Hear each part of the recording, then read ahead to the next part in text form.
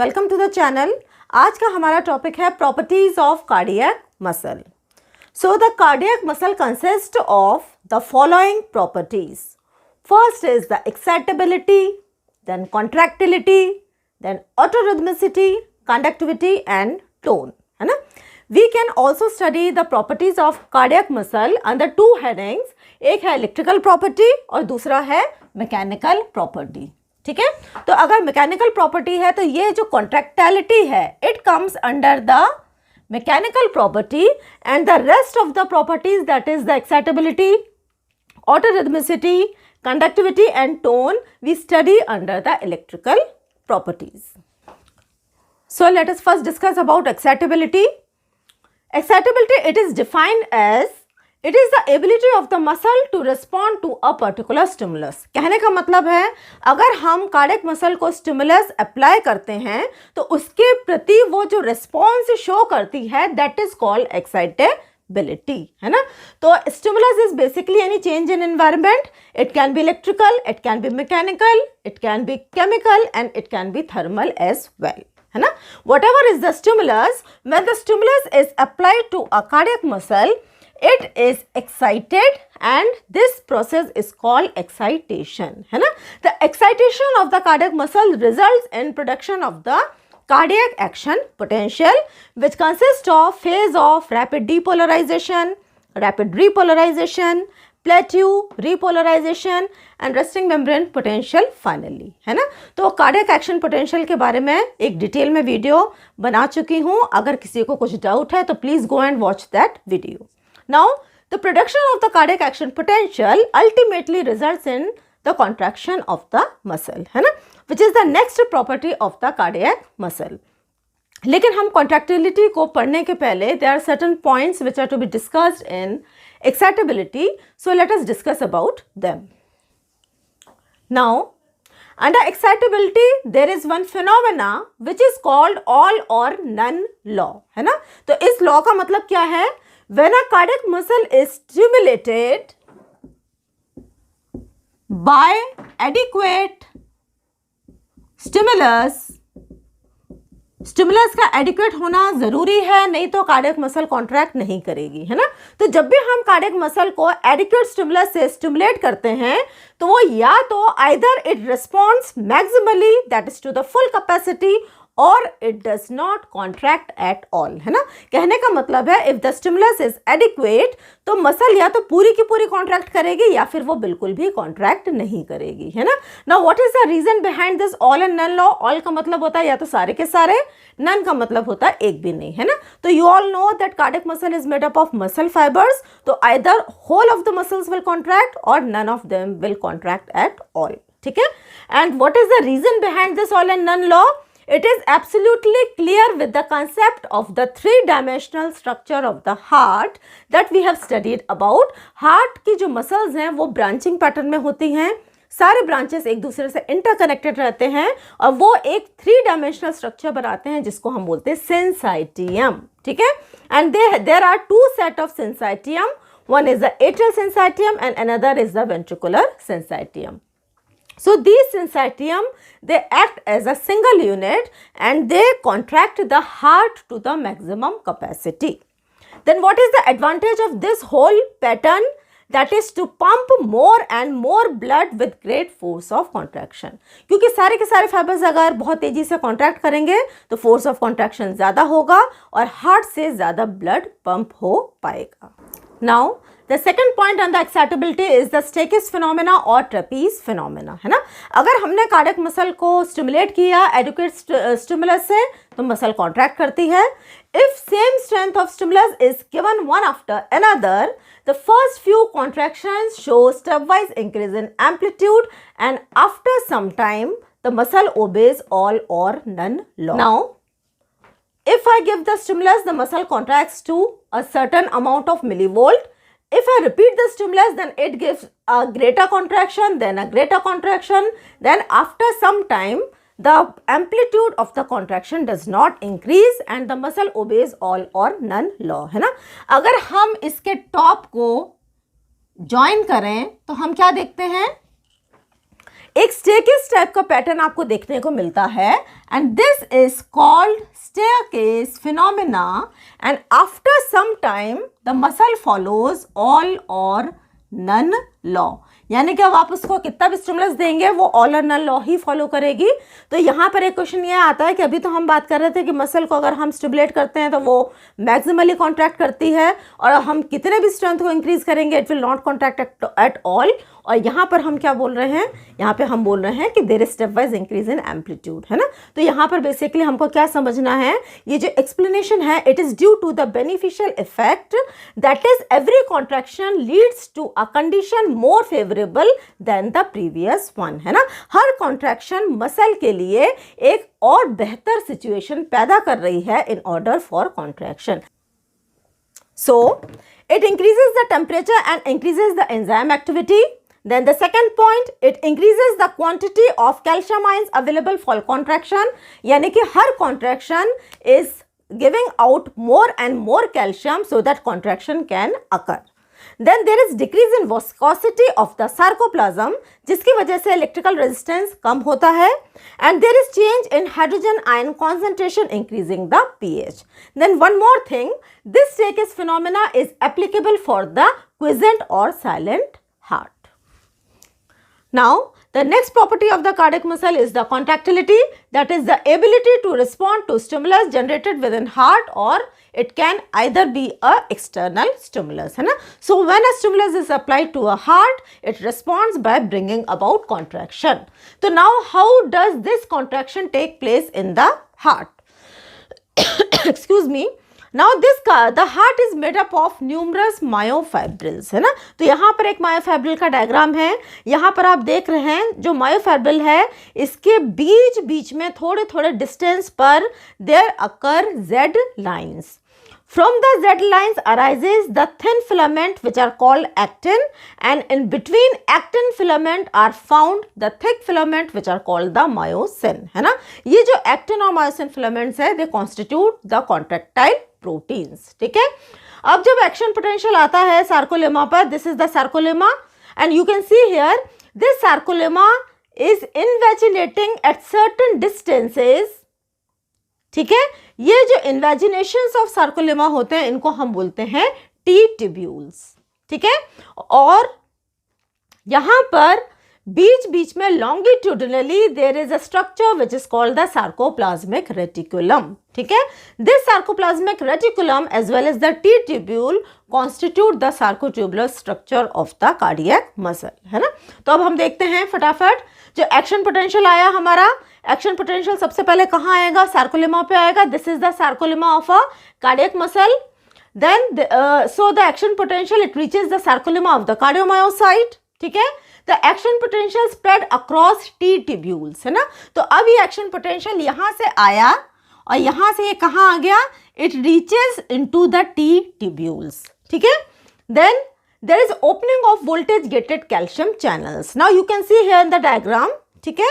ये जो action potential है यहाँ पे जो T tubules हैं there are certain channels which are voltage gated calcium channels. That means जब भी यहाँ के voltage में कोई fluctuation होगा these channels will open, है ना। So as a result when the T tubule enters when the action potential enters the T tubule, there is a development of a T tubule potential which causes opening of the calcium channels, है ना। तो अब जो calcium है which is present in the ECF will travel inside, ठीक है, into the ICF of the cardiomyocyte, है ना। तो अब ये कहाँ पर आ गया कैल्शियम, ये आ गया in the ICF, है ना।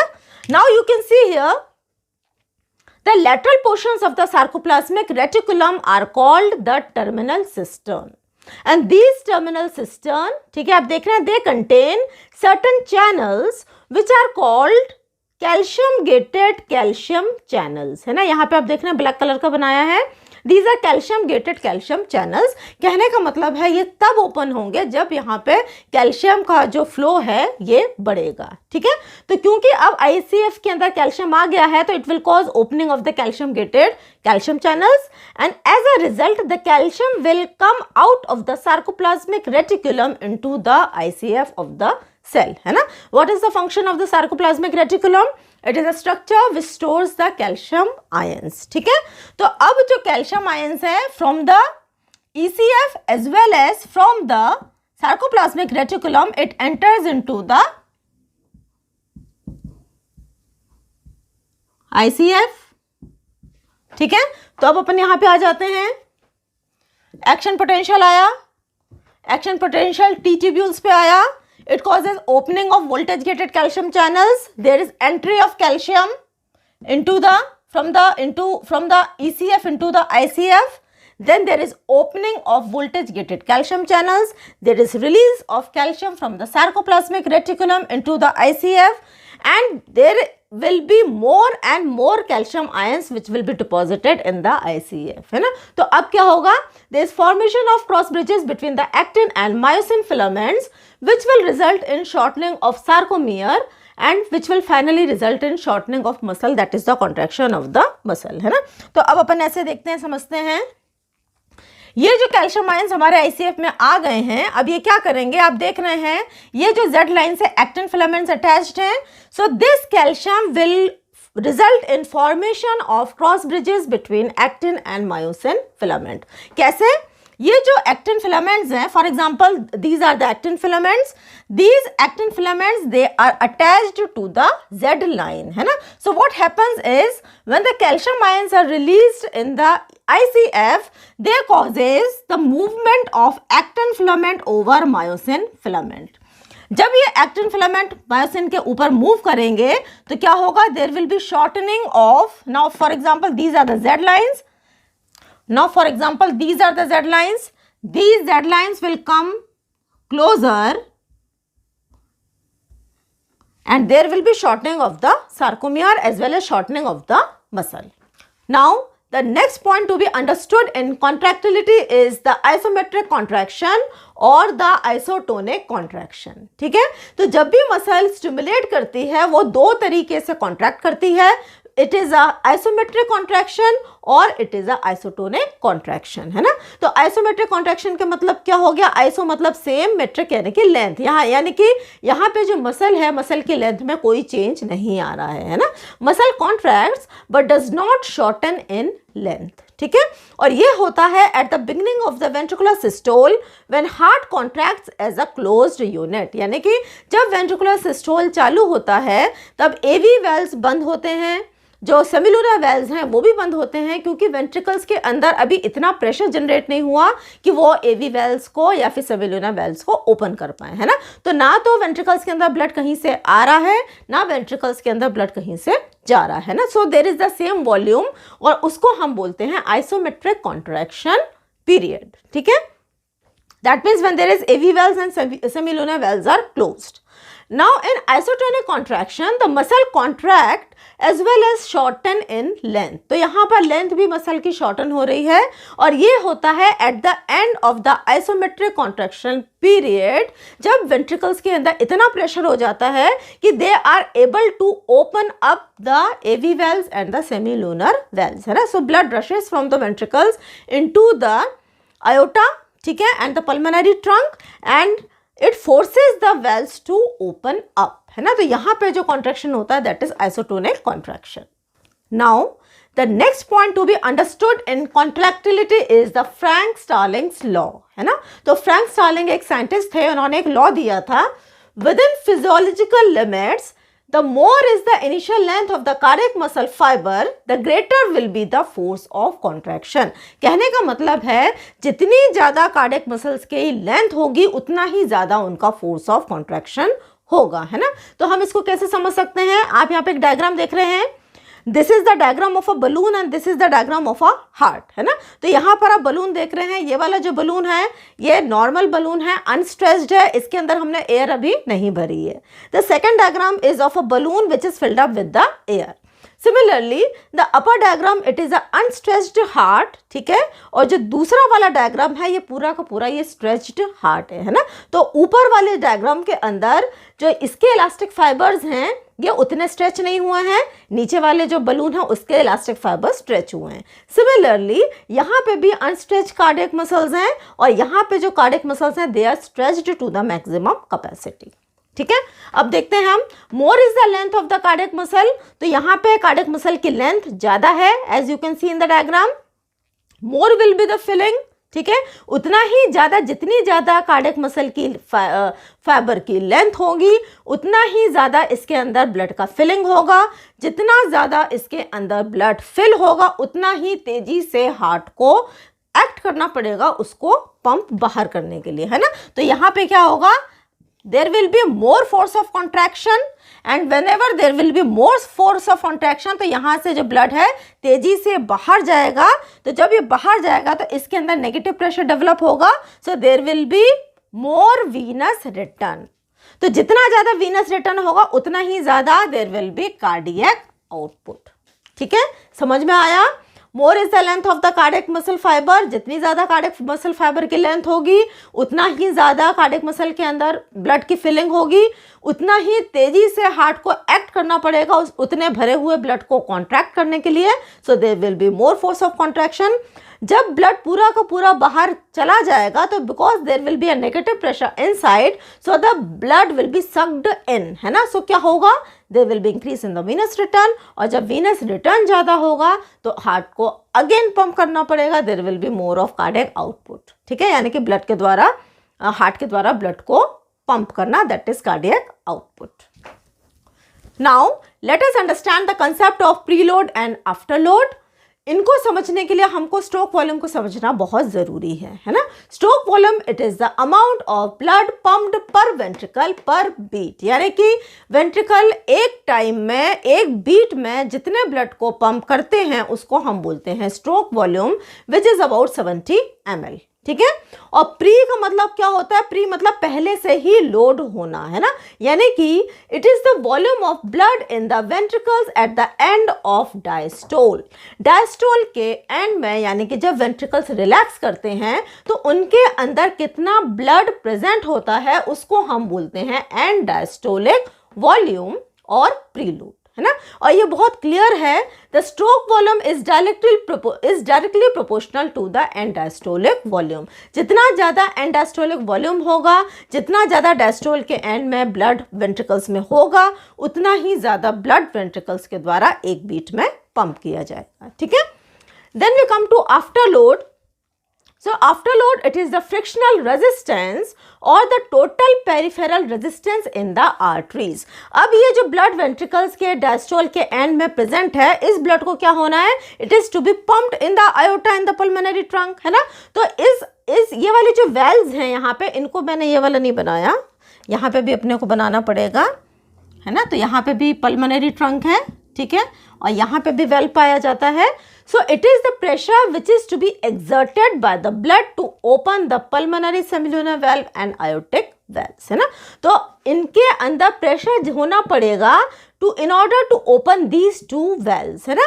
तो इसको हम बोलते हैं आफ्टर लोड, है ना। जिस रेजिस्टेंस को ये क्रॉस करके वेल्व्स को ओपन करेंगे that is known as the after load. And it is very clear, the stroke volume is inversely proportional to after load, यानी कि जितना ज़्यादा यहाँ पे रेजिस्टेंस लगेगा उतना ही कम स्ट्रोक वॉल्यूम होगा। The next property of the cardiac muscle is autorhythmicity, है ना। तो इसके अंदर दो टर्म्स हैं, ऑटोमेटिसिटी एंड रिदमिसिटी। ठीक है, ऑटोमेटिसिटी का मतलब होता है ऑटोमेटिकली, है ना, और रिदमिसिटी का मतलब होता है एट रेगुलर इंटरवल्स। तो हमारे हार्ट के अंदर कुछ स्ट्रक्चर्स हैं जैसे कि SA node, AV node and the conducting system of the heart, जो कि ना सिर्फ खुद को इम्पल्सेस जनरेट करते हैं बल्कि वो कंडक्ट भी करते हैं, दैट इज द कंडक्टिविटी, है ना। तो इसके अंदर पेसमेकर्स आ जाते हैं, डिफरेंट कंडक्टिंग सिस्टम आता है विच इज एसए नोड जो कि 0.05 मीटर्स पर सेकेंड पे इम्पल्स जनरेट करता है, एवी नोड 0.05 मीटर्स पर second, that is the velocity of conduction, AV bundle 1 meters per second, Purkinje fibers 4 meters per second, ये ना सबसे ज़्यादा इनका velocity of conduction होता है, and finally ventricles 1 meters per second, है ना। So there is a separate video on conducting system of the heart, you can go and watch that video. Now the next property of the cardiac muscle is the refractory period, है ना।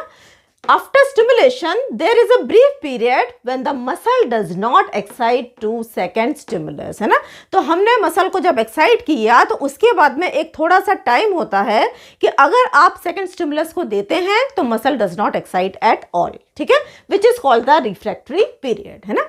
अब इसके दो parts हैं, one is the absolute and second is the relative refractory period. तो absolute आपको नाम से समझ में आ रहा है कंपलसरी, और रिलेटिव यानी कि थोड़ा सा लिबरल है ना। तो एब्सोल्यूट मतलब it is the first part of the refractory period when the muscle does not excite to any strength of stimulus, यानी कि अगर हम स्ट्रेंथ ऑफ स्टिमुलस को बढ़ा भी देते हैं तो muscle will not excite to second stimulus, है ना। तो यहां पर आप देख रहे हैं, दिस इज अ डायग्राम, ठीक है, यहाँ पे टाइम इन सेकेंड्स है, this is the cardiac action potential and you can see here in the diagram this is the contraction period and this one is the relaxation period. This is the absolute refractory period. अगर हम stimulus को यहाँ से लेकर यहाँ तक किसी भी पॉइंट पे देते हैं तो muscle will not contract at all, है ना। लेकिन अगर हम इस स्टिमुलस, इस रिफ्रैक्टरी पीरियड का जो ये सेकेंड वाला पार्ट है, इसमें अगर हम मसल के जो स्टिमुलस की स्ट्रेंथ को बढ़ा देते हैं, स्ट्रॉन्ग स्टिमुलस देते हैं, देन द मसल कॉन्ट्रैक्ट्स, ठीक है। तो रिलेटिव रिफ्रैक्टिव पीरियड में मसल कॉन्ट्रैक्ट कर जाएगी if the stimulus is stronger, लेकिन जो एब्सोल्यूट रिफ्रैक्टिव पीरियड है the muscle will not contract at all, कितना भी स्ट्रॉन्ग स्टिमुलस को हो, ठीक है। तो एक चीज यहां पे और है, the cardiac muscle it has a more refractive period than skeletal muscle, है ना। तो इनका रिफ्रैक्टिव पीरियड बहुत ज्यादा होता है, तो यही टाइम होता है जिसमें कि जो कार्डियक मसल्स हैं ये रिलैक्स भी कर लेती हैं, और इसीलिए दीज मसल्स आर अनफटीकेबल, ये कभी भी थकती नहीं है ना, और in comparison to the skeletal muscles, ठीक है।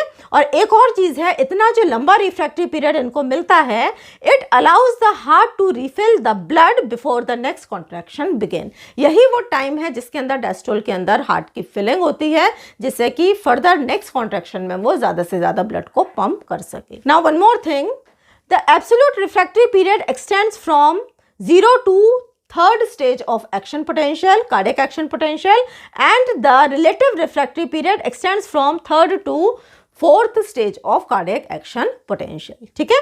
And now the last property of the cardiac muscle, it is the tone.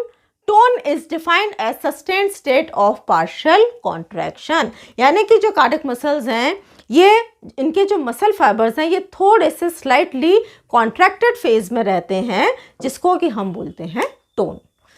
So I hope you liked the video. Thanks for watching.